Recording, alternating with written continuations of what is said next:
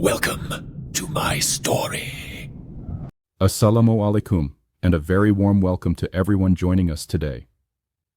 Prepare yourselves, because today I'm bringing you a story that will stay with you long after it ends. This isn't just a scripted tale, it is a 100% true, spine-chilling encounter shared by one of my loyal subscribers. Every single detail you are about to hear is a raw, first-hand account of a reality most people refuse to believe exists. Before we dive into the darkness, if you're a fan of authentic paranormal mysteries, make sure to hit the subscribe button and turn on the bell notification. You don't want to miss a single one of our weekly true horror uploads. I urge you to watch until the very end, as the conclusion of this story will leave you questioning everything you thought you knew about the world around us. Thank you, Abdullah Bhai, for sharing your story.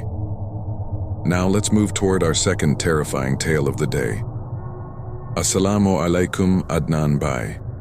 I hope you are doing well. I am a dedicated daily listener of your channel, and I pray for your continued success. Now, let's talk about the true incident that happened to me. This story is a bit long, but every word of it is based on truth. My name is Abeer, and I belong to the city of Layyah in Punjab, a peaceful city near Multan. Brother, this incident is about a year and a half old when some friends and I planned a BBQ party. We decided to gather at the house of a close friend, Haider, because his courtyard was quite large and open. This plan was made suddenly, so by the time we arranged the meat and supplies, it got quite late. We finished around 1 a.m. Most of my friends intended to stay over at Haider's place, but I had some urgent work at home and had to return. So around 1:30 a.m. I set out for my house alone on my bike. Usually there is a wide main road leading to our house, but I was in a hurry, so I took a shortcut. It was an unpaved, broken road that passed through desolate areas. An old government school is also located on this road. I won't mention the name of the school here, but as I passed by it, my soul shivered. I felt as if a living human being had emerged directly from inside the solid wall of the school. I was disturbed. How could a human come out through a wall? At first, I thought it was just my imagination due to the late hour and lack of sleep, but soon I realized the terrifying reality. I noticed that as the shadow-like figure moved toward my bike, its height began to grow unnaturally. It was walking right along the school wall, and within seconds its height reached the top of the tall school wall, which must have been at least 10 feet. This horrific sight shook me to the core because there was no other human being on that desolate road besides me.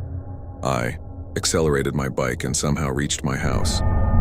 I was extremely terrified, but I didn't mention it to anyone at home that night so they wouldn't worry. The next day, when I went to my coaching class, something strange happened there too. I arrived a bit early for my computer class, and there was no one else there. I was sitting alone in the classroom looking at my phone when I felt someone constantly pacing in the gallery outside.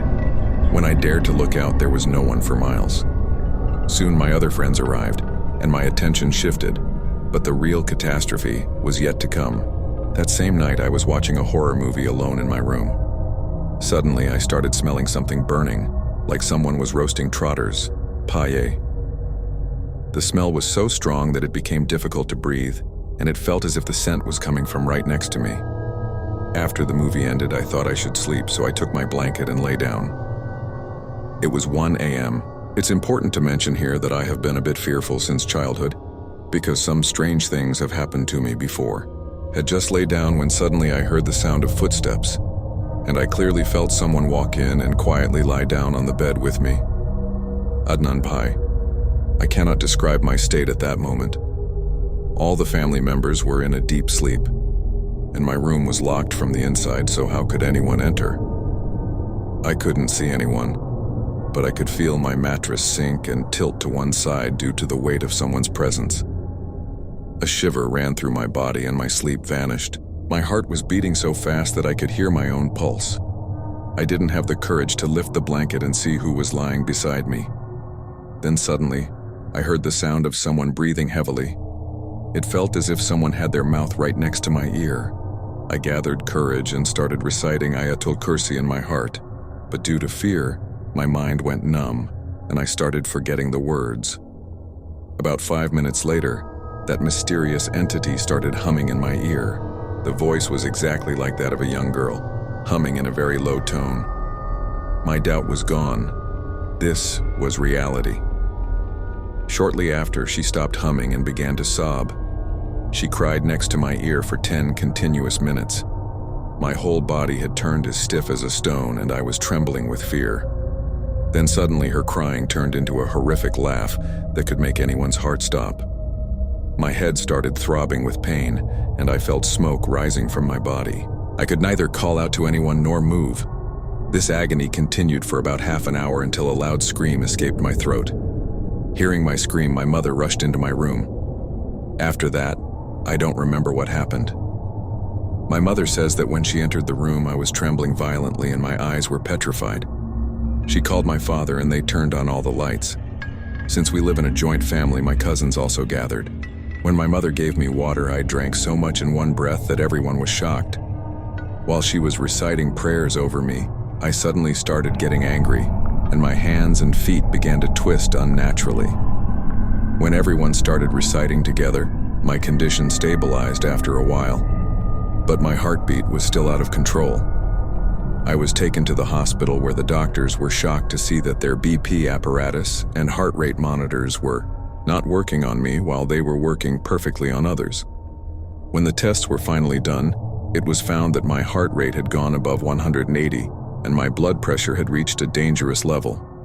The doctors said that if there had been any more delay, it could have been heart failure. The next day, my mother took me to a spiritual elder who told us that the entity had followed me from that road in Layyah and had taken hold of me. He treated me and gave me an amulet, taweez, which is still around my neck today. By the grace of Allah, nothing like that has happened again. So, this was my true story. I hope you and your listeners liked it. Allah Hafiz.